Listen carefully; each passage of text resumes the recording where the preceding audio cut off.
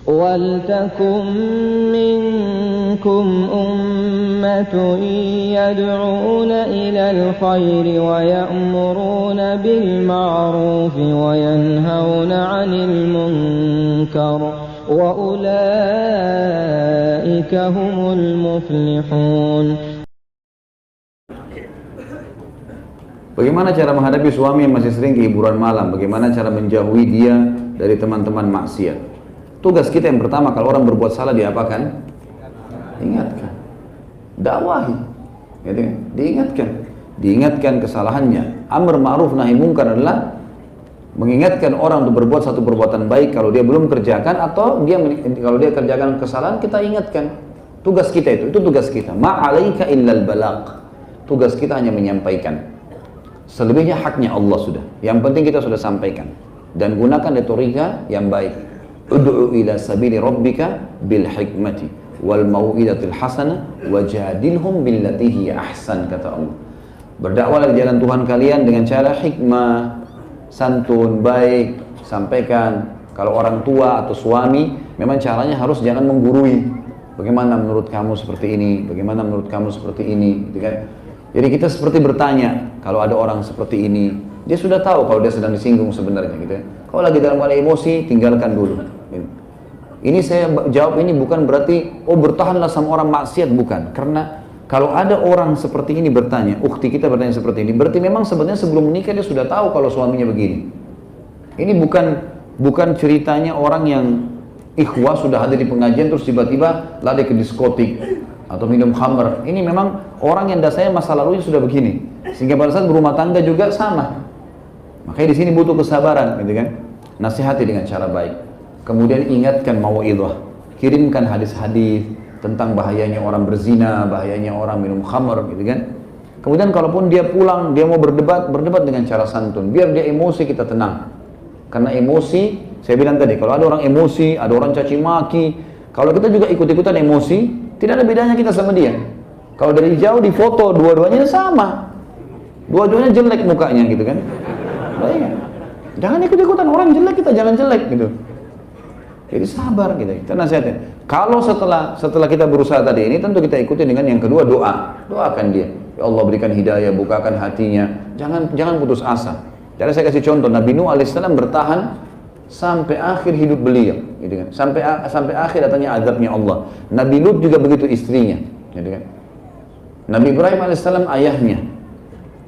Ini ada contoh pasangan hidup tadi ya, Nabi Lut sama Nabi Nuh. Ini sudah contoh yang luar biasa sebenarnya. Asia dengan suaminya Fir'aun, gitu kan? Bertahan loh itu. Dia sempat bertahan, gitu kan? Nanti pada saat salah satu budak wanitanya Asia dibunuh dengan anak-anaknya oleh Fir'aun, barulah Asia mengatakan, kenapa kau membunuh orang yang beriman sama Allah? Fir'aun jadi tahu, kalau Asia juga beriman. Kau juga sudah beriman? Iya, saya juga beriman. Maka disiksa oleh Fir'aun. Dalam riwayat dikatakan dipukulin sama Fir'aun, dibawa terik matahari sampai berdarah-darah. Sampai sebagian bajunya, ya, alaihissalam itu terbuka. Ya, terbuka. Maka dia pun sudah tidak tahan sama sekali, lalu dia mengangkat kepalanya ke langit sambil mengatakan, dalam Al-Quran, Rabbi ibni li baitan fil jannah. Ya Allah, saya tahu ini saya sudah disiksa. Saya juga, kalaupun selamat, Fir'aun sudah tidak akan tinggalkan saya di istana ini. Gantikan saya rumah di surga. Waktu dia angkat kepalanya ke langit, Allah perlihatkan istananya di surga. Maka dia tersenyum. Asia tersenyum. Pada saat tersenyum, kata Fir'aun, wanita ini sudah gila. Sudah berdarah-darah, sudah akan dibunuh, masih tersenyum. Bunuh dia, dibunuh Asia. Maka mati syahidlah dia di jalan Allah. Allah berikan tunjukkan. Jadi pasangan hidup memang ini satu hal yang harus dijaga, teman-teman sekalian. Apa dikata gini? Kalau sudah puncaknya, sudah kita nasihatin, sudah kita luruskan, kemudian kita melihat secara pribadi, saya kalau bertahan, saya malah yang terpengaruh, saya bisa terpengaruh. Maka saya ingin mengganti pasangan yang lebih baik. Boleh, tidak ada masalah. Karena pasangan yang sudah berbuat kemaksiatan, dosa besar, zina, apa saja dosa besar, dan sudah berdiri, sudah sampai padanya hujjah, dinasihatin dulu. Jangan begitu kita tahu satu kali pasangan kita zina langsung kita cerai. Enggak, bukan itu. Bukan juga kita memudahkan perzinahan, bukan. Tapi ada orang berbuat salah, subhanallah, khilaf. Ada di antara sahabat berzina, mengaku di depan Nabi SAW, gitu kan? Tapi pasangannya tidak cerai dengan dia. Maka ini Perlu kita cari tahu, bayangkan teman-teman dengan cara yang baik. Dan puncak-puncaknya saran saya adalah istikharah kepada Allah. Kalau Allah tenangkan hati, Allah mudahkan dengan sendirinya bercerai, sudah alhamdulillah gitu. Apakah arti kebahagiaan bagi seorang mukmin menurut Al-Quran dan Sunnah? Karena ada kebiasaan orang miskin melihat, karena ada apa ini ya? Ada sebagian orang miskin melihat menjadi kaya adalah kebahagiaan. Orang sakit melihat orang yang sehat adalah kebahagiaan. Tentu saja kebahagiaan ini relatif, besar kan kebahagiaan. Semua yang membuat orang tentram dikatakan bahagia. Kan itu. Kita bangun tidur sehat, oh saya bahagia. Kita dapat uang, kita bahagia. Dapat keturunan, bahagia. Soalnya gembira namanya kebahagiaan. Tapi ini tentu ada tingkatan-tingkatannya, gitu kan? Ada orang miskin, dia lihat bahwasanya harta itu kalau dia kaya, dia bahagia. Ini nggak bisa kita salahkan. Tetapi kebahagiaan itu akan betul-betul dia capai pada saat dia punya harta kalau dia seperti sabda Nabi SAW, ni'mal malu salih fi yadi abdis salih. Harta yang paling baik adalah harta yang halal di tangan orang yang saleh. Harta yang saleh di tangan orang yang saleh. Artinya harta yang halal dan di tangan orang yang faham tentang haknya uang itu. Itu baru dia dapat puncak kebahagiaannya. Dia kaya kemudian dia infakkan. Tapi kalau cuma sekedar dia miskin lalu dia mengatakan, saya kayaknya pengen orang kaya seperti itu, nanti biarpun kalau saya kaya saya akan buat sama, buat diskotik lah, buat apalah segala macam, buat maksiat, maka ini tidak ada kebahagiaan di situ. Karena kata Nabi SAW, manusia 4 golongan. Golongan pertama yang paling mulia adalah orang yang Allah karuniai harta, ilmu dan harta. Makanya jadikan dalam salah satu doa-doa antum ikhwan dan akhwat sekalian, Allah marzuqni ilman wa mala waj'alni mimman yuhlikuhuma ala halaqati fil haqq. Ya Allah karuniakanlah aku ilmu dan harta dan jadikanlah aku orang yang menghabiskan keduanya di jalanmu. Kenapa? Kata Nabi SAW, manusia terbaik adalah pertama orang yang Allah karuniai ilmu dan harta lalu dia menghabiskan keduanya di jalan Allah. Selalu dia ngajar, dia selalu berinfak dan menggunakan di jalan yang benar. Golongan yang kedua adalah orang yang Allah karuniai ilmu tanpa harta. Dia pintar agama tapi nggak ada hartanya, susah hidupnya. Tapi dia bisa meraih derajat orang yang pertama dengan cara dia mengatakan, ya Allah kalau engkau karuniakan aku harta seperti fulan, dia soleh itu juga orang soleh. Kalau saya sama dengan saya akan buat yang sama. Kata Nabi SAW, fahuma fi ajri sawa. Mereka dalam pahala sama. Tapi ini dalam keadaan memang dia tidak punya ya. Jangan sampai ada dua si A sama si B, dua-dua punya ilmu, punya harta. Lalu yang si A mengerjakan apa yang tadi? Semua dihabisin jalan Allah. Ngajar sepanjang hari, kemudian dia juga infakkan hartanya, digunakan jalan yang benar. Kemudian si B melihatnya, lalu si B bilang, cukup saya dengan niat aja deh. Gitu. Sekarang dia bilang, ya sudahlah, ini orang bangun masjid, saya juga kalau ada kesempatan saya mau masjid. Padahal dia bisa, ada duitnya. Ini nggak masuk dalam hal ini.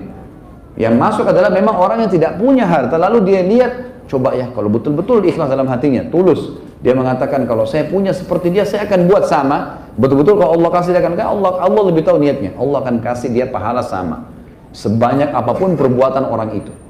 Makanya teman-teman kalau lihat orang punya kelebihan dalam agama, minta kepada Allah akan diberikan yang sama. Kalau ada kesempatan saya mau buat ya Allah, dengan tulus, Allah kasih pahalanya sama. Golongan ketiga, orang yang Allah karuniai harta tanpa ilmu, nggak ada ilmu agama. Nah, ini kesalahan fatal nih. Sehingga dia tidak tahu mana halal, mana haram. Lalu uangnya dihabiskan di jalan kesalahan, kebatilan. Mabuk-mabukan, zina dan seterusnya. Kemudian datang golongan keempat, dia bukan lihat golongan kedua dan pertama, tapi dia lihat golongan ketiga. Ini yang jadi tadi saksi bahasan kita di pertanyaan. Lalu dia bilang, kalau seandainya saya punya harta seperti golongan 3 tadi, yang banyak berbuat maksiat, maka saya akan buat seperti dia. Kata Nabi, fahuma fi wazri sawa. Maka orang ini di dosa sama. Ini orang di dosa sama, gitu kan. Jadi ini kita harus hati-hati teman-teman sekalian ya.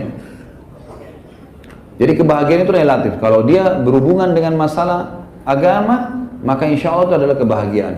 Ya, itu adalah kebahagiaan. Dan kata Nabi SAW teman-teman tentang masalah harta misalnya, tentang masalah orang kalau terlalu tergila-gila dengan harta yang banyak. Kata Nabi SAW, siapa yang bangun tidur, jasadnya sehat, dia punya makanan hari itu, dia punya rumah atau tunggangan yang dia bisa gunakan, dia adalah orang yang terkaya. Udah, gitu. Sudah cukup buat dia. Atau kadang-kadang juga ada orang sakit berharap sehat, nah, itu harapan bisa saja dia minta sama Allah. Tapi kalau dia berpikir bahwasanya cobaan penyakit itu akan membuat tadi waktunya, umurnya dipangkas di jalan ketaatan Allah, pembersihan dosa-dosanya, peninggian derajatnya, dan kalau dia sabar sampai di titik klimaksnya, sampai terima dengan Allah dan berobat, kemudian dia sabar sampai jadi insya Allah akan ada jalan keluarnya. Tadi ada pertanyaan sebelumnya itu, baik ini masalah kebahagiaan sudah ya. Bagaimana seorang mukmin dapat hidup dalam ketenangan sementara ia tidak mengetahui apakah dosanya telah diampuni, apakah amalannya diterima? Bagaimana bila ia selalu diliputi kekhawatiran dan kekhawatiran sehingga ia merasa lelah beribadah? Waswas syaitan itu. Seorang mukmin wajib yakin dengan janji Allah, wajib. Saya sholat, kita sudah jalankan semua syarat-syarat dan rukunnya, yakin Allah terima. Kita harus yakin, walaupun kita nggak bisa pastikan, gitu kan, kadar pahalanya. Tapi kita kalau sudah memenuhi syarat, Allah itu tidak pernah memungkiri janjinya. Kita harus yakin, kalau kita berbuat dosa, kalau tidak taubat akan masuk neraka. Itu tidak bisa dipungkiri. Semua itu hukum sunnatullah, nggak bisa. Jadi jangan ragu, nggak boleh ragu. Kalau kita sudah bertaubat, sudah beristighfar, nggak ada tanda-tanda khusus dalam agama, gitu kan. Sudah bertobat istighfar, lalu kita istiqomah jalan Allah. Makanya Imam Nawawi mengatakan syarat tobat nasuha adalah meninggalkan dosa itu seketika, menyesali dan janji sama Allah tidak mengulangi. Lalu ada ulama lain tambahkan syarat keempat, menyibukkan sisa umur dengan amal soleh. Udah selesai, jalankan, selesai. Allah subhanahu wa ta'ala maha pengampun. Bukankah Allah gembira dengan taubat hambanya? Udah kita yakin dengan janji Allah dan Rasulnya, jalan. Gitu kan. Umar bin Khattab dulu pemabuk radhiyallahu anhu, terus kemudian masuk Islam, taubat dan yakin dengan janji Allah, sudah bisa masuk surga. Sampai kata Nabi SAW, waktu saya sedang dimasukkan, waktu Isra Mi'raj, dilihatkan surga, ada sebuah istana terbuat ya, kubahnya itu dari emas atau dari intan gitu hadisnya. Maka aku bertanya pada Jibril, istananya siapa ini? Sangat mewah. Kata Jibril, ini adalah salah satu dari anak pemuda Quraisy. Kata Nabi SAW, aku berharap dia orang itu.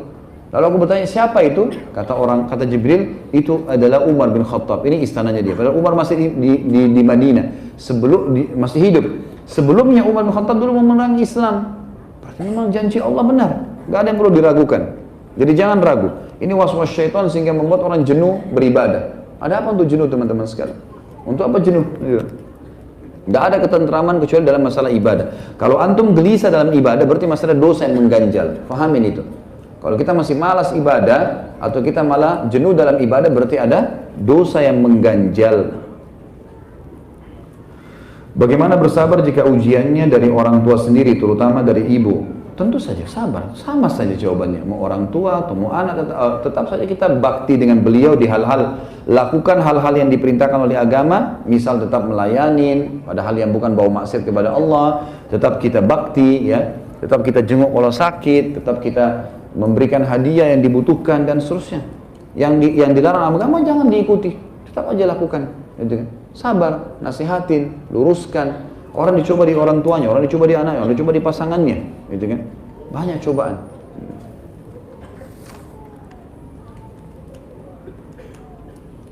Bagaimana cara sabar menghadapi istri yang selingkuh dengan laki-laki lain? Dan apakah itu bisa disebut takdir Allah yang harus diterima dengan ikhlas? Dan apakah talak sudah jatuh apabila istri sudah meninggalkan rumah? Mohon penjelasannya Ustaz, agar hati saya bisa tenang. Tentu saja orang mukmin tahu kalau setiap orang bisa berbuat salah. Kalau istri antum ini selingkuh, kemudian memang diahnya sudah taubat nasuha, memang dia taubat nasuha, memang saya salah, saya taubat nasuha, ini antum punya khiyar.